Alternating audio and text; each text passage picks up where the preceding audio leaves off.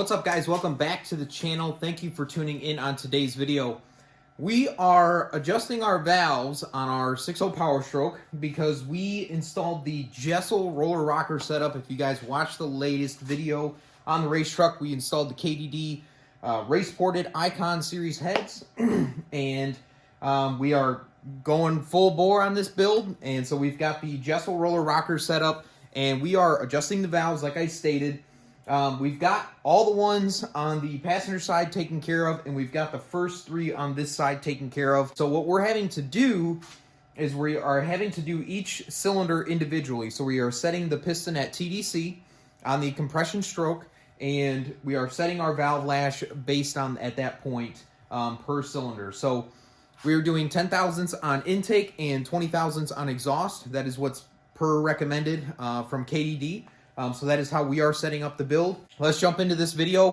Okay, so we are on cylinder number 8 right now. So we're adjusting our intake, which is the short rocker arm, and our exhaust, which is the long rocker arm. Now, when Jesel sends you the setup, you're obviously, this is all, there's nothing that's going to be preset. So we have to torque our 4 bolts here first, and then we have to adjust our rocker arms.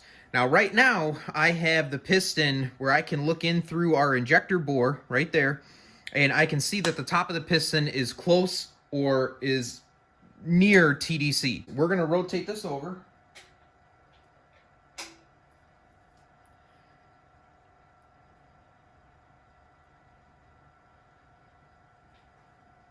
I have both my fingers on the intake and the exhaust, and I'm just going to feel for any amount of movement. See, like right now, my intake is starting to be tight. So right now, intake, my exhaust is completely loose, but my intake is now solid. So that tells me that we were at the wrong stroke. So we were in between the exhaust where the piston is coming up and pushing exhaust out, and our intake where now the piston is going down and it's going to open our intake valves and start pulling air in. So we need to keep rotating this over. Our intake valves, I can feel, are starting to close now. So I'm going to keep rotating it over. Let's pull this guy out for now.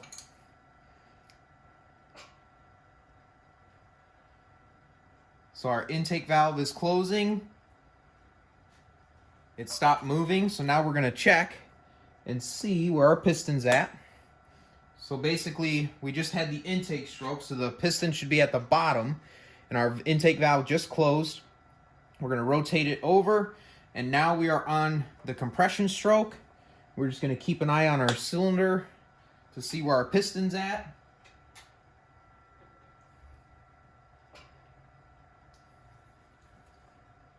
You can just see it there. And we're getting close. So we're going to get our pick out again. Put it on the top of the piston.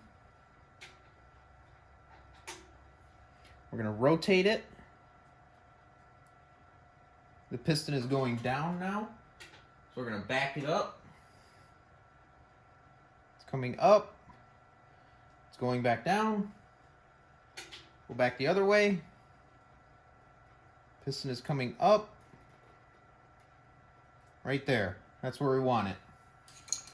So we're right in that hang moment between the piston. It just completed its compression stroke and it's getting ready to, it just created power and is going to be going down. So that's where we want to adjust our valves, is right there. So now we can make our adjustment. But first, I'm going to go ahead and pull our rocker shaft bolts out. And we're going to be lubricating our bolts with ARP lube. And we're going to be torquing these to 26 foot-pounds per the Jesel recommendation. Okay, so we have our 4 rocker shaft bolts bolted down, 26 foot-pounds, lubed with ARP. And now we're going to break our adjuster nuts loose here. They make a fancy tool for this, and it's something I'm going to get. But for now, we're just going to use the old Husky wrench here. Try not to get dog hair in it. I'm going to spin these nuts off a little ways because we're going to have, the adjustment is rather large. So now with those backed off, we're going to take our, size is this? It's really small, 1/8 inch Allen head here, and that's going to go into our adjusters. So that one's loose. That one's loose. Now we can grab our feeler gauges.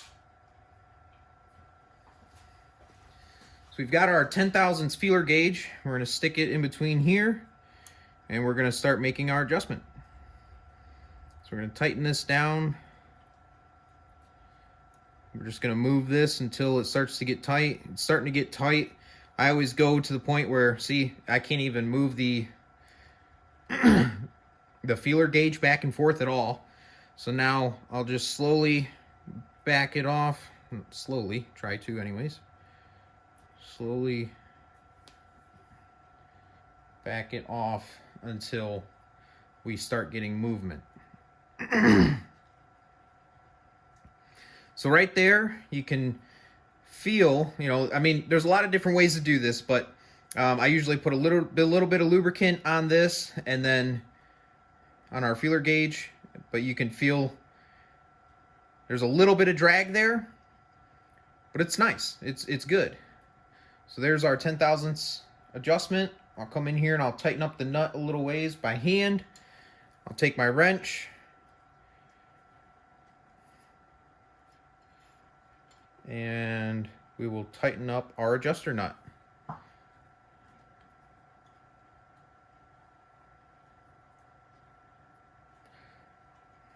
Just like that. Recheck it. Feels good still. Pull it out.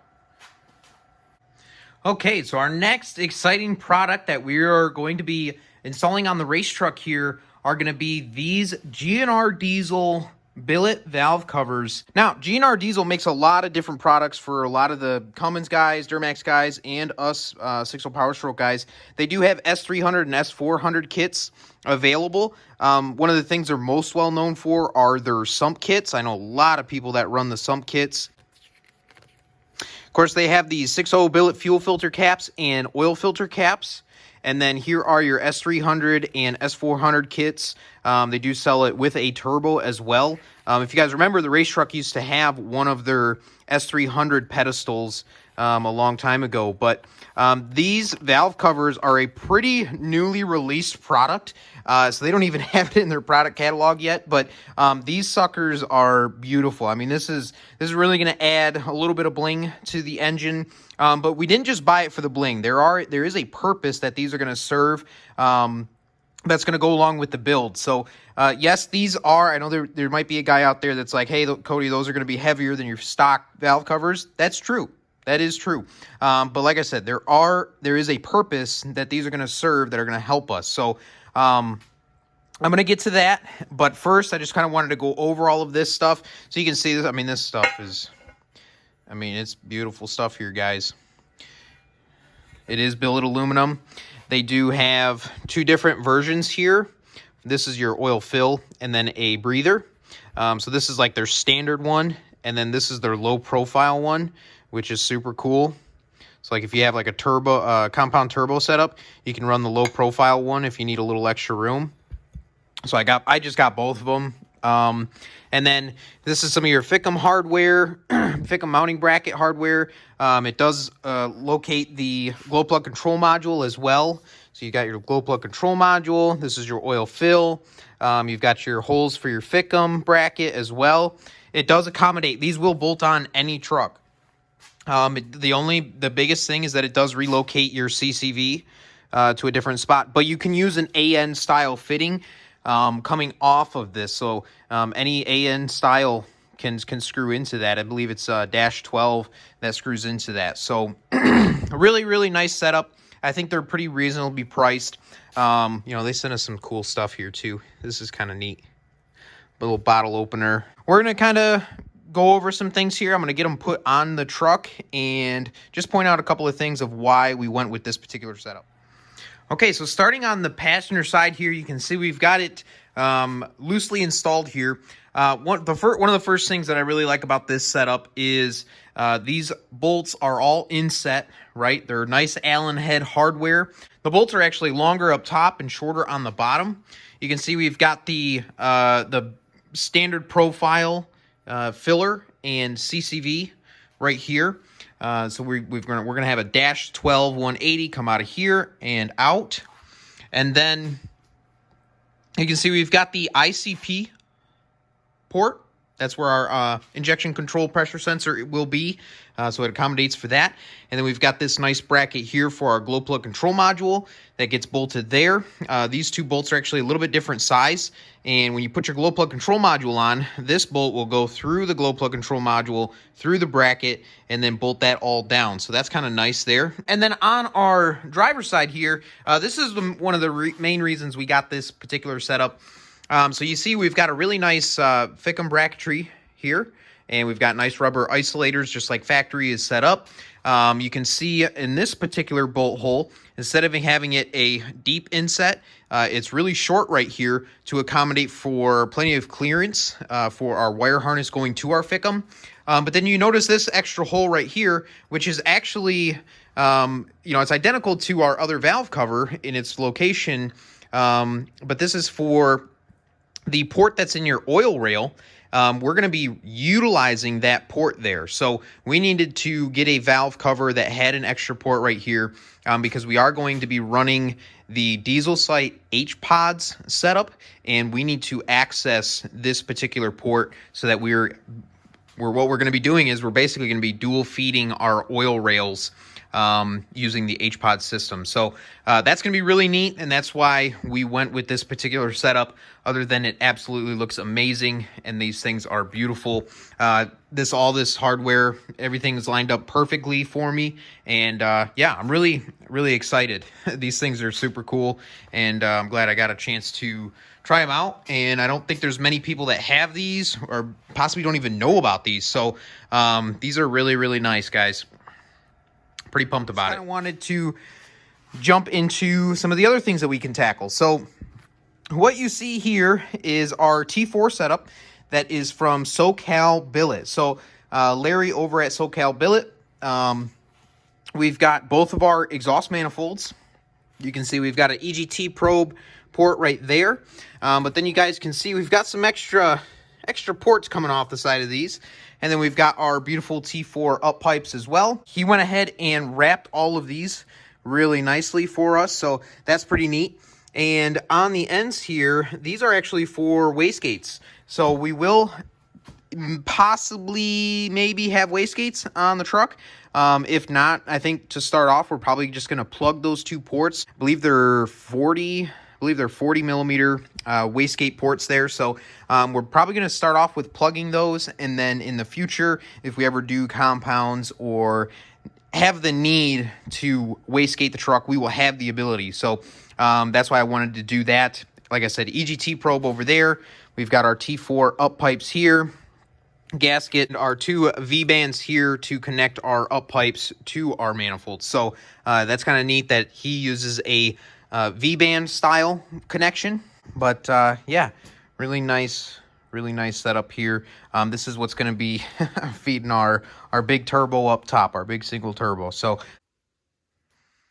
okay, guys, it's actually the following day here, and we do have our exhaust manifolds bolted on and torqued down. And then we were working on getting our regulated return set up in here. And as you can see, I've got my up pipes in.